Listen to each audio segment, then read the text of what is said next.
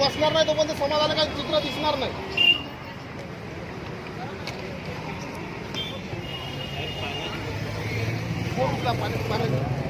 पाण्याचा कॅन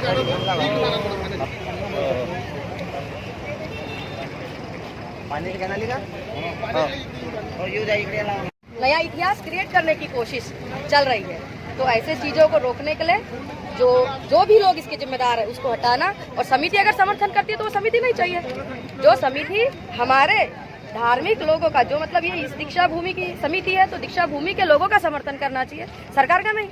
सरकार तो आती जाती रहती है, दीक्षा भूमि थोड़ी ना आती जाती रहती है.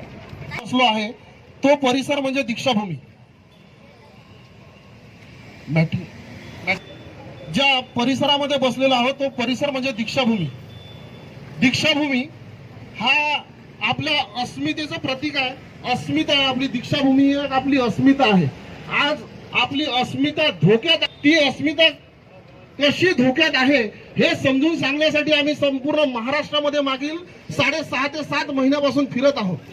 आपली दीक्षाभूमी कशी धोक्यात आहे, कुणापासून धोक्यात आहे आणि त्याचं संरक्षण आपल्याला कसं करायचं हे सांगण्यासाठी आम्ही संपूर्ण महाराष्ट्रामध्ये फिरलो. आज नव्याने पुन्हा तीच भूमिका सांगतो की आपली दीक्षाभूमी कशी धोक्यात आहे.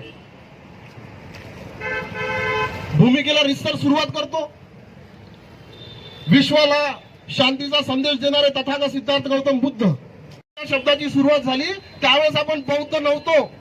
याच नागपूरच्या भूमीवरून जय भीम या शब्दाची सुरुवात झाली होती 1933-34 पासून.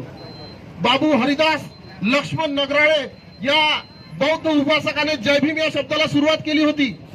आज आपण त्याच नागपूरच्या भूमीवरून संपूर्ण महाराष्ट्रामधून आपण एकत्र झालो.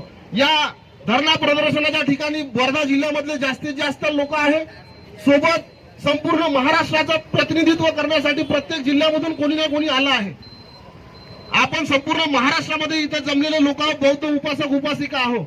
आपण या जागेवर ऐतिहासिक निर्णय घेण्यासाठी जमा झालेला आहोत. तर आपण 14 ऑक्टोबर 1956 ला नागपूरच्या दीक्षाभूमीवरून याच जागेवरून आपण बौद्ध बनलो. ही जागा आपली अस्मितेचं प्रतीक आहे. अस्मिता नागपूरची दीक्षाभूमी आपली अस्मिता आहे. आपण जे 14 ऑक्टोबर 1956 ला ज्या नागपूरच्या दीक्षाभूमीवरून जिथून आपण बौद्ध झालो याची सुरुवात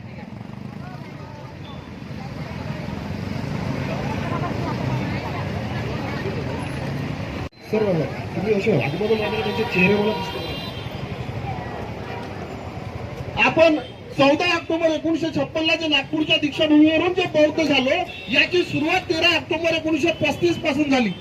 13 ऑक्टोबर 1935 ला डॉक्टर बाबासाहेब आंबेडकरांनी महाराष्ट्रातील नाशिक जिल्ह्यातील येवला तहसील मध्ये घोषणा केली होती 13 ऑक्टोबर 1935 ला. मी हिंदू धर्मात जन्मलो परंतु मी हिंदू धर्मात मरणार नाही. ही जी घोषणा आहे ही घोषणा डॉक्टर बाबासाहेब आंबेडकरांची एकट्याची घोषणा होती. ती बौद्ध समाजाची, महार समाजाची घोषणा नव्हती. डॉक्टर बाबासाहेब आंबेडकरांनी 13 ऑक्टोबर 1935 ला नाशिकच्या येवल्यामध्ये जी घोषणा केली ती फक्त डॉक्टर बाबासाहेब आंबेडकरांची एकट्याची घोषणा होती. महार समाजाची ती घोषणा नव्हती. महार समाज 30-31 मे 1 जून 1936 ला 30-31 मे 1 जून 1936 ला मुंबईच्या महार इलाका परिषद मध्ये महार लोकांची महार परिषद झाली होती.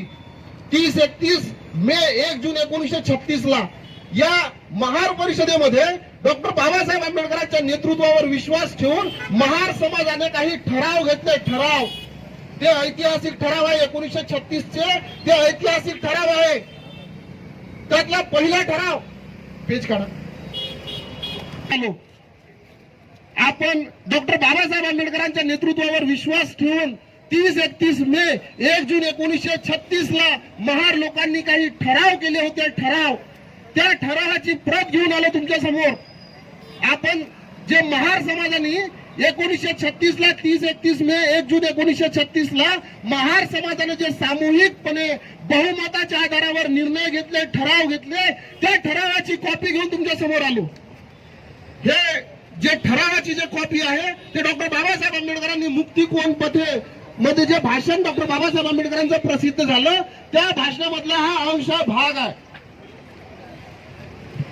31 मे 1 जून 1936 ला जो महार परिषदेमध्ये ठराव झाला, ठरावाचं खूप महत्व असते. आपण लोकशाहीमध्ये जीवन जगत असताना आपण 30-31 मे 1 जून 1936 ला एक महार लोकांनी ठराव घेतला होता. तो ठराव मी तुमच्या समोर वाचतो आणि सत्यजित साळे साहेब तो ठराव आता या बोर्डवर लिहिणार आहे.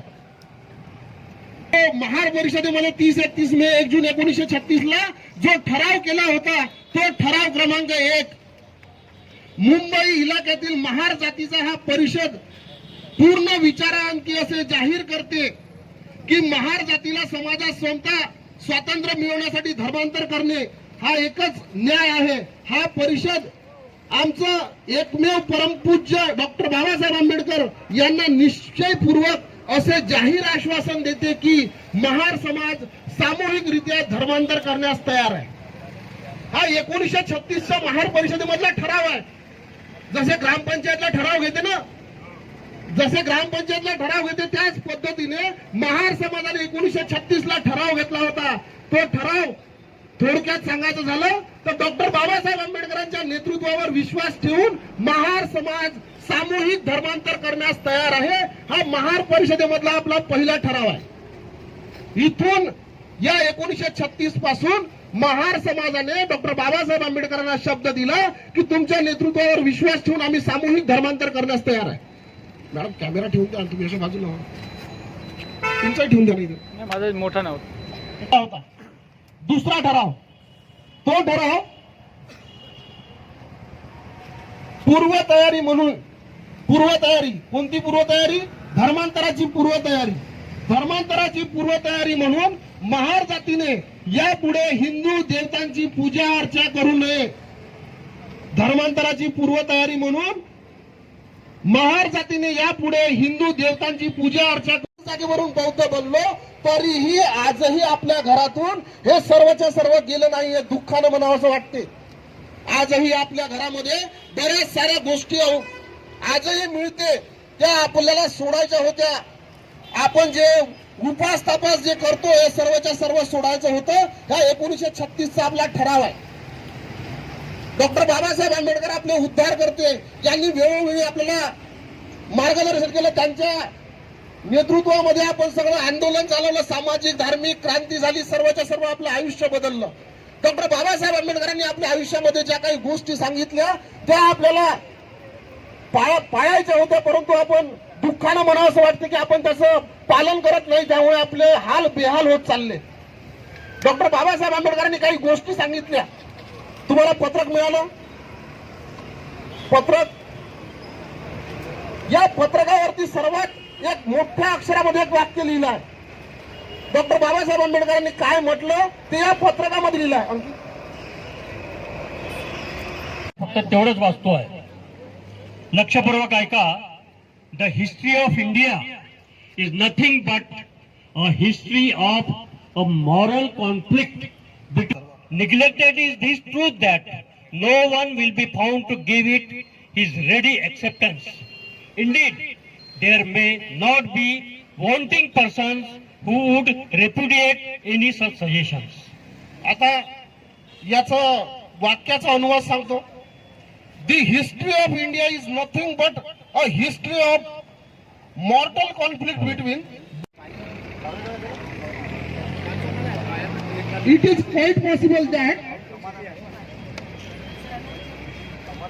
quite possible that if the Brahmins are allowed to lead the movement of revival of Buddhism, they may use their power to sabotage it or misdirect it. Early stages of our movement is therefore very necessary. Doctor Babasaheb Ambedkar म्हणतात ब्राह्मण हे फक्त आणि फक्त ब्राह्मण राहतो. त्याला आपल्या आंदोलनापासून, त्याला आपल्या चळवळीपासून त्याला दूर ठेवा. हा जेव्हा कधी आपल्या आंदोलनामध्ये, आपल्या पार्टीमध्ये, आपल्या संघटनेमध्ये असेल तर प्रत्येक सोबत घेऊन आलो. कोणी असं म्हणू नका. कोणालाही शंका असेल त्यांनी हे घ्या आणि वाचून दाखवा. आता आपली मुवमेंट कशी भटकली ते सांगतो. या ब्राह्मणांबद्दलचे डॉक्टर बाबासाहेब आंबेडकरांचे सर्व वाक्य तुम्हाला वाचून दाखवले. मला माहित आहे या ठिकाणी बसलेले जे माझ्या समोर जे बसलेले आहे यामधला बराच सारा वर्ग हा इंग्लिश वाचू शकत नाही. परंतु इथे उभा असणारा बराच सारा वर्ग हा सर्व वाचू शकते, समजून घेऊ शकते. कोणाला तरी स्पष्ट बोलण्याची गरज आहे, भूमिका घेण्याची गरज आहे. म्हणून स्पष्ट शब्दामध्ये सांगतो, डॉक्टर बाबासाहेब आंबेडकरांनी म्हटलं, ब्राह्मण हा फक्त आणि फक्त ब्राह्मण राहतो. याला आपल्या आंदोलनापासून दूर ठेवा, याला आपल्या चळवळीपासून दूर ठेवा, याला आपल्या संघटनेपासून दूर ठेवा. हा जेव्हा कधी आपल्या आंदोलनामध्ये येतो, हा जेव्हा आपल्या चळवळीमध्ये येतो, हा जेव्हा आपल्या संघटनेमध्ये येतो, तेव्हा आपलं आंदोलन, आपली चळवळ ही मुख्य उद्देशापासून दूर जाते. आपण 14 ऑक्टोबर 1956 नागपूरच्या याच जागेवर त्रिशरण पंचशील आणि 22 प्रतिज्ञा घेऊन बौद्ध झालेले बौद्ध आहोत.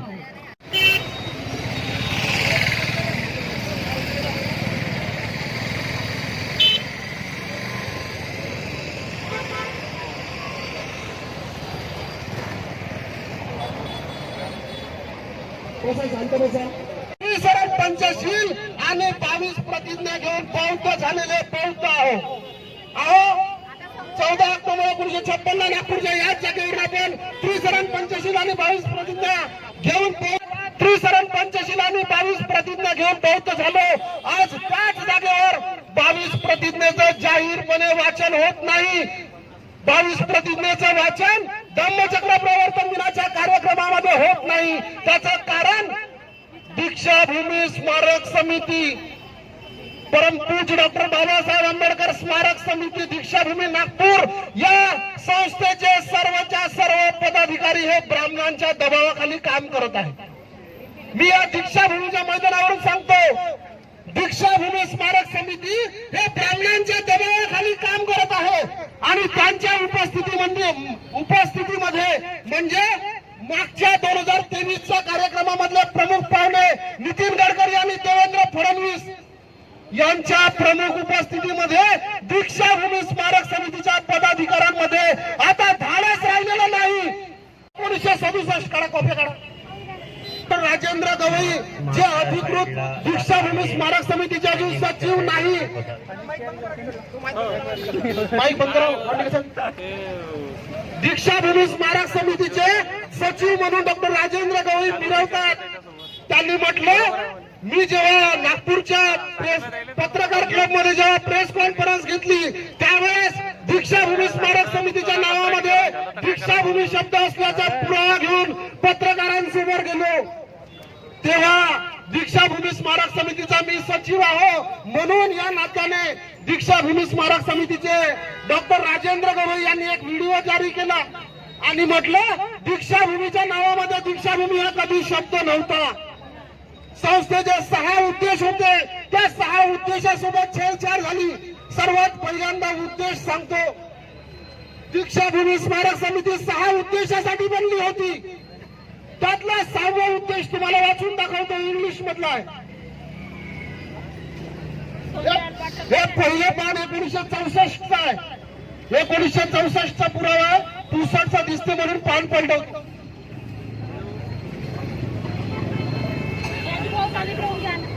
तो सांगण्यासाठी आपण इथे एकत्र झालो आहे.